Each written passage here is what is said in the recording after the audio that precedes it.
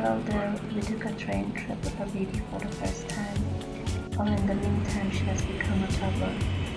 Since we started air travel when the baby was 8 months old, long-term trips are no problem for her. She is great with it.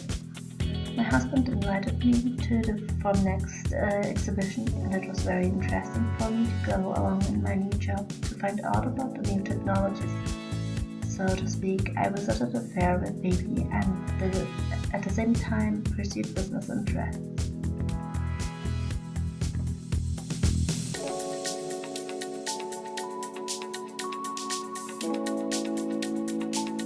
They forgot to put a baby bed in the room.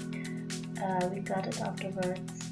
Also, the bill was not given directly, but they sent it by email. In general, we were not satisfied with the reception, but we were satisfied with the location of the hotel room and the breakfast.